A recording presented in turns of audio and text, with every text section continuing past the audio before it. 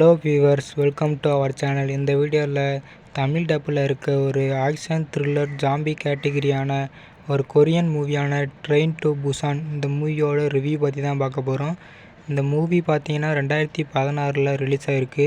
தமிழ் டப்போட அவைலபிளாக இருக்குது.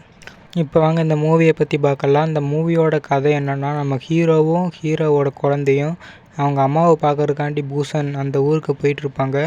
அந்த ஊருக்கு போகிறப்ப பார்த்திங்கன்னா, அந்த ட்ரெயினில் ஏறினதுக்கப்புறம் நிறைய ஜாம்பிஸ் எல்லாம் அந்த ஊருக்குள்ளே பரவிடும். அந்த ஜாம்பிஸ்லாம் ட்ரெயினுக்கும் வரும்.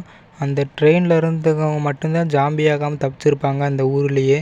இவங்க எப்படி அந்த ஜாம்பிகிட்டேருந்து தப்பிச்சு அந்த ஊருக்கு போகிறாங்கன்றது தான் இந்த படத்தோட கதை. இந்த படத்தோட கதையை பற்றி சொல்லணும்னா ஒரு சிம்பிளான பிளாட் தான். ஆனால் இதுக்குள்ளேயும் கொரியன் சைடை பொறுத்த வரைக்கும் எமோஷனல் வைஸாகவும் ஆக்ஷன் வைஸாகவும் ரைட்டாக பண்ணுவாங்க. அந்த விஷயம் இந்த மூவிலையும் பர்ஃபெக்டாக ஒர்க் ஆகிருக்கு. ஒவ்வொரு கேரக்டரோடும் எமோஷ்னல் வைஸாகவும் ஒரு ஸ்டோரி டெல்லிங் வைஸாகவும் நல்லாவே பர்ஃபெக்டாக பண்ணியிருக்காங்க.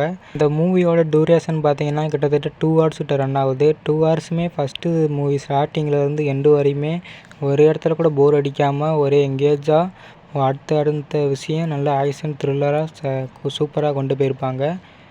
இந்த மூவி எல்லா ஆடியன்ஸுக்கும் கனெக்ட் ஆகிற விதத்தில் ரொம்ப நல்லாவே பண்ணியிருக்காங்க. மஸ்ட் வாட்சட் மூவியில் இந்த மூவியை நான் ரெக்கமெண்ட் பண்ணுவேன். இந்த மூவி பார்த்தீங்கன்னா ஜியோ ஹாட்ஸ்டார்லேயும் அமேசான் பிரைம் வீடியோவிலும் தமிழ் டப்போட அவைலபிளாக இருக்குது. இந்த மூவியை நீங்கள் இன்னும் பார்க்காம இருந்தீங்கன்னா must watched action thriller zombie category மூவின்னே சொல்லுவேன்.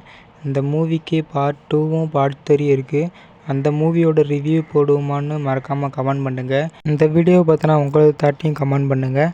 மேலும் இந்த மாதிரி ரிவ்யூஸை தெரிஞ்சுக்க நம்ம சேனலை சப்ஸ்கிரைப் பண்ணி பெல் ஐக்கான் ஆலில் வச்சுக்கோங்க.